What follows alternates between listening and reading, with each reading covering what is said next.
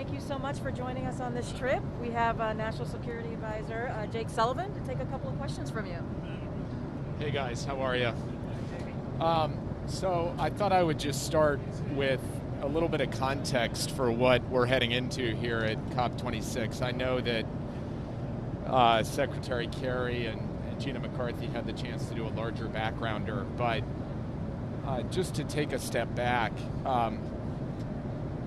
in 2015 with the Paris Accord, you got the basic framework for how the world should come together to address the climate crisis and meet the necessary targets on mitigation to keep the world within 2 degrees and hopefully within 1.5 degrees. That was basically the formula of Paris. And what Paris said was that every country has a responsibility to step up, but those responsibilities are common but differentiated. So developed countries have a greater responsibility than developing countries because of their historic emissions, but no country can escape or evade a basic obligation to contribute to the solution. So that was Paris. COP26 in Glasgow is not about some new climate change agreement. We have the agreement. It's the Paris Agreement. It's about making the Paris Climate Agreement real, actually get the level of ambition required through action to actually hit the targets set out in Paris. And in fact, this weekend at the G20, that key target was clarified from the formula in Paris to a commitment by all G20 countries to hit 1.5 degrees.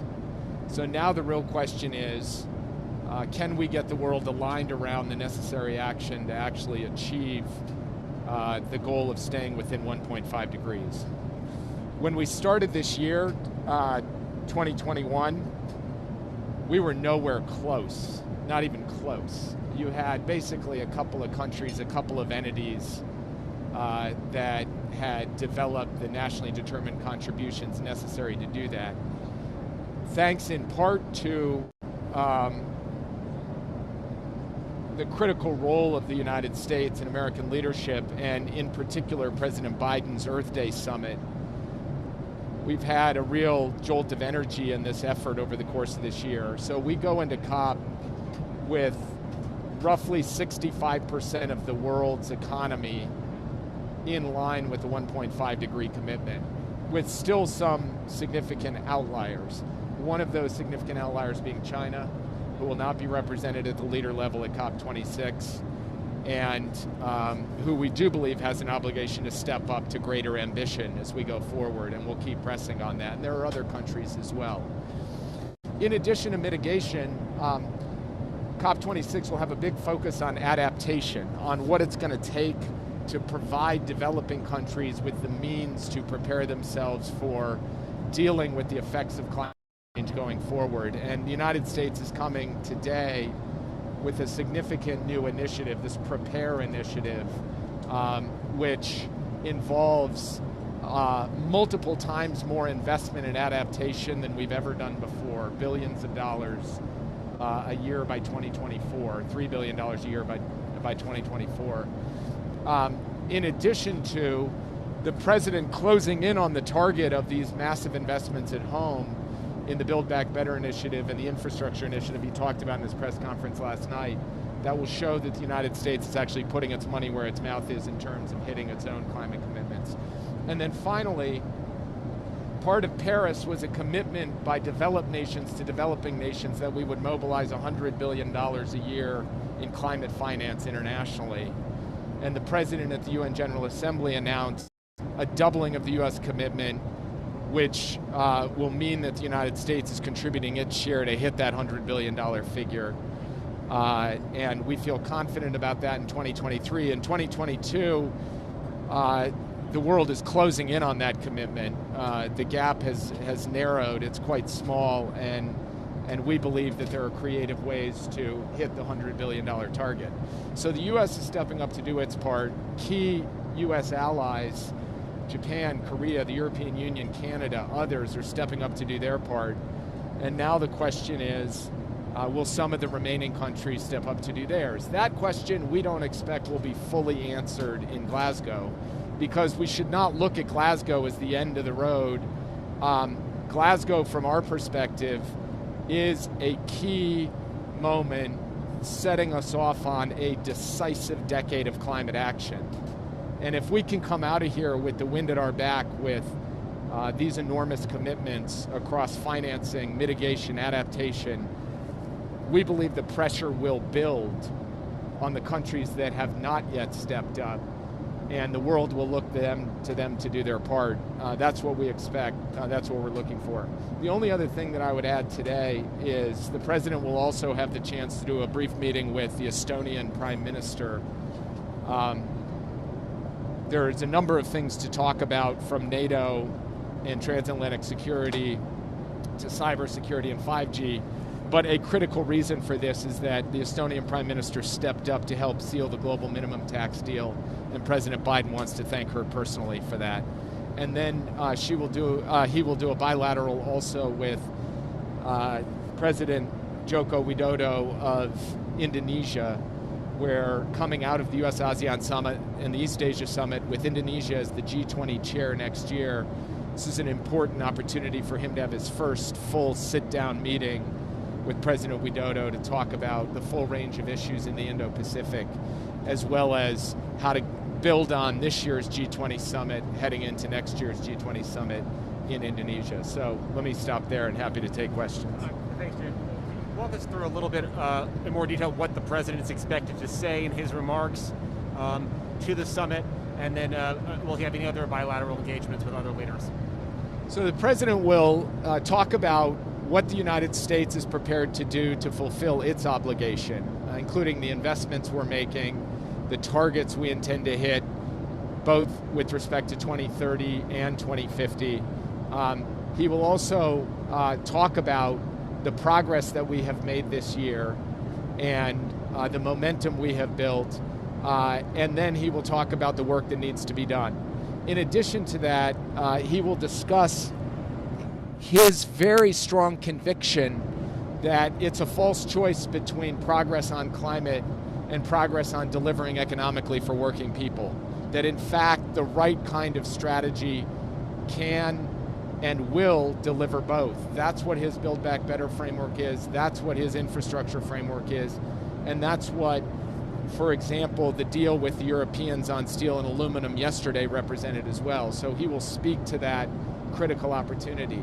Finally, he will talk about what is going to be necessary to help the rest of the world, particularly the developing world, deal with the impacts of climate change as we go forward, and how the United States is committed to playing a lead role in that. So the speech will be a clarion call. It will be a very strong statement of his personal commitment, of our country's commitment, not just to do our part, but to help lead the world in mobilizing and catalyzing the action necessary to achieve our goals. Jay, on China, how has the tension between the U.S. and China affected cooperation on climate change? And why do you think the U.S. has not been able to push China to take that stronger action that you're hoping that it will? The thing that I find somewhat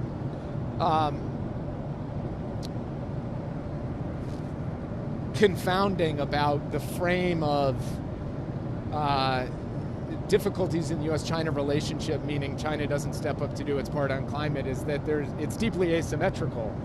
Right? The United States, despite whatever difficulties we have with China, is stepping up. We're going to do 50 to 52% reduction by 2030. We're coming forward with all of our commitments. We're filling our end of the bargain at COP. The fact that China isn't is not something that they can readily point to us to say it's on them. They are a big country with a lot of resources and a lot of capabilities, and they are perfectly well capable of living up to their responsibilities. It's up to them to do so, and nothing about the nature of the relationship between the U.S. and China, structurally or otherwise, impedes or stands in the way of them doing their part. Jake, the mood and kind of the mood coming out of the G20 seemed a little pessimistic in terms of like there were hopes for more specifics in the communique, especially on the climate. How does that affect the start of COP26 and with leaders kind of going in with that mindset? Look, I think anytime you head into a summit where you're trying to hit very high ambition, there's a certain motivation around we've done some things but we haven't done enough as a kind of mindset. That's not a bad thing, because I do think we want the whole world to feel the pressure to step up and do more. But my own view on this is that the G20 produced a concrete commitment on climate that if you look back over the last few years, you'd be hard-pressed to find as definitive, as concrete, and as near term, and that's the commitment to end international financing of coal this year. And then the other critical thing coming out of the G20, as I mentioned in my opening comments, was getting every country to sign up to 1.5. Now, just signing up to 1.5 obviously doesn't get the job done. You actually have to take the action to make that real. But the fact of that commitment, I think, actually creates the foundation for COP then, over the course of the next several days, to generate the needed action to close the gap between that ambition and where we are today. The COP26 president said that this COP is the last best hope to reach the 1.5 target. Does the president view it that way in those historic terms? How does he see this summit? Look, I think if you are the president of a conference of this magnitude, it's your job to get people focused on the stakes and the urgency. And so it's perfectly understandable that he would frame it in those terms. But it is also critical for us to recognize that the work is going to have to continue after everyone goes home from Glasgow. I believe that this summit provides an incredibly important opportunity for us to get sufficient commitments and sufficient momentum that we are building across the course of this decisive decade. But we're going to have to come back in 22, 23, 24, 25, 26, 27, 28, 29, and 30 to ultimately be able to achieve what's necessary to achieve. So I think we cannot afford to falter in terms of making meaningful progress and building meaningful momentum here. But this is not the end of the race. It is an important way station along a race that will continue beyond Glasgow. Has it been more difficult for the president to talk about what's in the Build Back Better plan and his infrastructure legislation without having those actually passed and signed into law? The president talks with great, honestly, with pride and with specificity to world leaders about all of the elements of those bills that relate to climate. Hundreds of billions of dollars, the largest investment in the history of the world, as he said last night. And what we have found over the course of this weekend is that world leaders are a sophisticated bunch. They well understand that legislative process takes time. Legislative text needs finalizing. Votes need to be cast. But there is a significant expectation that this can and will happen, and it can and will happen in the near term. And so there's no one out there right now saying, well, I guess since the ink's not dry on the bill or the vote hasn't been cast, the U.S. isn't going to make these commitments. The world has the expectation we will. There is excitement about that. There is energy around that. And so I don't think that it has stood in the way of the president being able to look the whole world in the eye and say the U.S. is doing its part. Are there any other announcements that the president or that the U.S. in general is going to make at COP that we should have on our radar? And if I could ask you one question unrelated to climate, just on that, there'll be a fact sheet today and another one tomorrow with some more specific commitments, initiatives, and other things that we'll get to you so that you've got the detail on them. What kind of commitments? So, for example, we will lay out in detail this adaptation initiative, this PREPARE initiative, which is going to be a major new Biden administration program on adaptation globally. And there are others as well, which we'll get Secretary Kerry or someone else to walk through with you guys the precise details on them so you have them. And the other topic, are you tracking, and what is your level of concern about Russian troops gathering again at the border of Ukraine?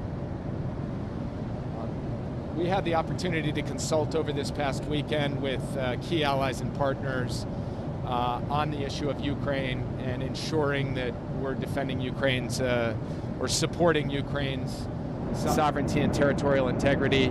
We'll continue to monitor the situation closely, and I don't have anything else to add at this point. Question on Iran. When you go back to negotiations with Iran, is the United States willing to take the nuclear program in isolation, or should these talks also include its missile program, its attacks through proxy? Should that be part of the negotiations?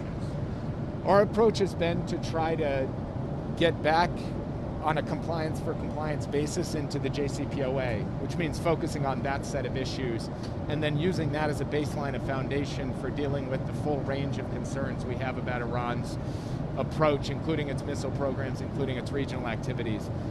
But the immediate priority is restore the nuclear constraints, because having done that, we will be in a better position to tackle the rest of it. So if you get to those constraints, if you get back into compliance and Iran gets back into compliance, then you continue to negotiate on other issues as well? Is that what you're saying?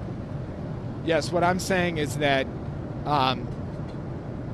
we view this as the first order of business is get back into the JCPOA on a compliance for compliance basis.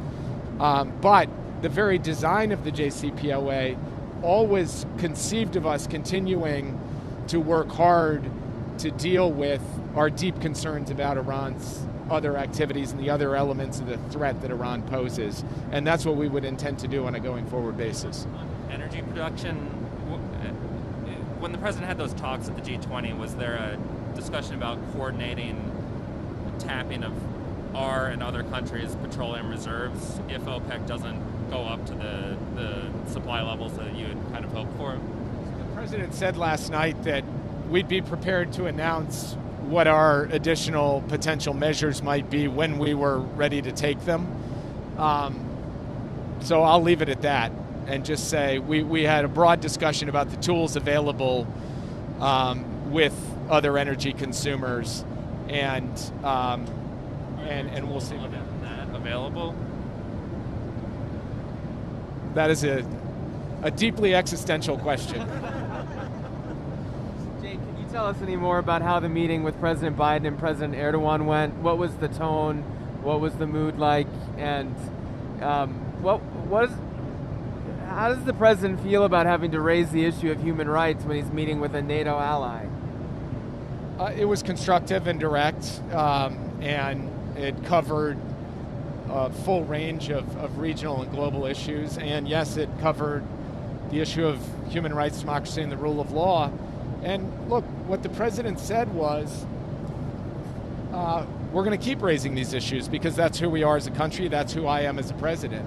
And whatever friction it may cause, it will not deter us from speaking out on these issues publicly and directly raising our concerns with you.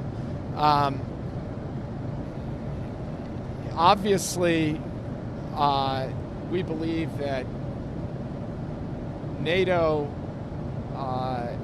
as an alliance, should very much be conceived of and encouraged towards a deep commitment to the democratic traditions and values that have underpinned it since the beginning. And we'll just keep working at that. We'll work at that with Turkey. We'll work at that with other NATO allies who have challenges in terms of democratic backsliding at home. President Macron kind of took another verbal shot at Australia last night. How did the meeting go? Are things going good there? How do you feel like the relationship? With President Macron? Yeah. How do you feel like the relationship at this We had point? a really first-rate meeting with President Macron on Friday. I say first-rate because it was substantive, it was strategic, it was focused on aligning around a common vision, not just in terms of the transatlantic relationship, but in terms of the Indo-Pacific, counterterrorism, a lot of other really significant issues. And I think the personal rapport between President Biden and President Macron is very good. The two men really respect each other, and more than that, they sort of riff off each other as they talk about some of these big strategic questions. So we're feeling very good right now about the path forward that we have to take this oldest of our alliances and really, make it work especially effectively in the years ahead on a set of modern and evolving threats and challenges.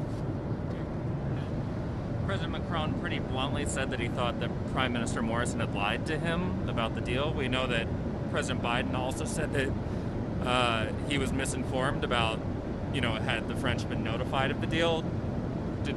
Did Morrison lie to President Biden? I would. Here's my view on this. President Biden spoke to this issue on Friday night about what had happened. He said what he said. It made headlines in a number of your publications. And I think we should look forward and not backward. So I don't want to get into characterizing one way or another what happened before. I think President Biden's addressed it. I thought he addressed it very effectively, and I've got nothing to add. Thanks, guys. Thanks, Jane. Thank you so much. Thank you. Karine, while you're here. So first, can you tell us the last time that President Biden has been tested for COVID-19? I do have it here. Independently of Jen being tested, PCR tested yesterday, and testing positive, the president was tested as well, and a PCR test yesterday, and he tested negative. And this is required, but this was required for entry into UK. That's why it's independently. Actually, That's Sunday? yesterday, so it was independently, he was tested as well yesterday, but independently of Jen testing, and it was because, and he took a PCR test, and it was because we needed to take one to enter the United Kingdom. So he was tested on Sunday and tested negative. Yeah, he tested negative on Sunday. That's correct. Can I ask about the thumbs up situation yesterday? The thumbs up at the end of the press conference yesterday, the president's thumbs up. You issued a statement saying that he was not in fact addressing Senator Manchin and Sinema, but the sort of situation in his that he felt that the bill was going to pass overall. Did you feel the need to issue that statement because Senator Manchin and Sinema have not in fact given him a commitment on passing the framework and the final text? No, we issued that statement because there was a lot of chatter amongst all of you about wanting clarification, and we wanted to clarify it for the press. And so that's why I put out that statement yesterday. That's it. And one of the things that you saw from the president yesterday, besides laying out his accomplishments from G20, he and when asked about his Build Back Better framework, he was very confident to what you just said, Justin, in getting this passed and working closely with legislators on the Hill. And one of the reasons, and he said this, that he put together the framework is because he knew, after spending weeks talking to legislators in both chambers and just a broad swath of our Democratic members, he believed this framework would get the votes that's needed to get passed. Not to put too fine of a point on it, but this is something that progressives on the Hill are really curious about. Do you believe that because it's sort of the natural conclusion of your conversations, or do you believe it because those senators have explicitly said, we will vote to you, said we will vote for this? Well, I get your question. We believe that because we've had those conversations with those senators and House members. He's had long conversations with progressive members in the Oval Office, in the White House. Very recently, as a week ago, as we know, he met with Congresswoman Jayapal, I believe a week ago today, and spent a long amount of time with her and had a very good conversation, and others as well. So he believes from the conversations that he has had, one-on-one conversations with my colleagues as well in the White House, that this framework fits what we can get done right now. And one of the things we have to remember is that, as you all know, there is the calendar is limited here. So we want to make sure that we're able to get things passed that are able to get passed. Do you have an update on when you expect that vote to occur, Karine? We're going to be working really closely with leadership in the House, the excellent Speaker Pelosi. We're closely with her. I understand that they mentioned that there'll be a vote this week, which we support, but I don't have anything else to say on timing. The House had to delay plans for a Tuesday vote because they were still negotiating on the legislative text. Would the president be supportive of efforts to reopen the framework to add paid family leave back into the legislation? Say that last part. Reopening the legislation, the framework to add paid family leave to the deal. So, as you've heard him say, as you've heard all of us say, paid leave is incredibly important to him. It's personal. Clearly, he put it to your point, into the original agenda. Look, this is something that he's going to continue to fight for. Like I said, he wanted to make sure he put together a framework in this short amount of time that we have to get things passed, that he knew that he can get votes from members of the House and clearly members of the Senate. And so that's why he put this framework. As far as paid leave, we're going to continue to fight for it. We're going to continue to do everything that we can because, like I said, the president believes this is personal to him and incredibly important. I'm not going to negotiate or say much more. I just say that we're going to continue to fight for it. It doesn't end here. The Supreme Court is hearing a direct challenge to Roe v. Wade today. Does the administration have plans for the possibility that Roe v. Wade could get reversed in the days ahead? The president's been very clear about where he stands on abortion rights. He believes that the woman has the right to choose. It is their constitutional right, and he is doing an all-of-government approach to make sure that we protect the women's rights and see what else we can do. And so we've talked about that in the past. I won't say anything more about what the SCOTUS is doing. Anything that has to do legally, I'll just refer you to Department of Justice. What will a boss in Virginia on Tuesday say about the first 9 months of Joe Biden's presidency? Well, as you know, the president supports former Governor McAuliffe. He campaigned with him as recently as last week. The vice president was there on Friday. He's endorsed former Governor McAuliffe. I'm not going to get into speculation on how this race is going to turn out or anything specific like that. I can't do that from here. And anything politically that you want to ask, I'll forward you to the campaign or the DNC directly. What engagement has President Biden had during this trip on his legislation, the negotiations back at home? Has he spoken with Senators Manchin, Sinema, Sanders? You touched on, I think, a conversation with a House member before. Can you detail a little bit about the detailed level of engagement he's had?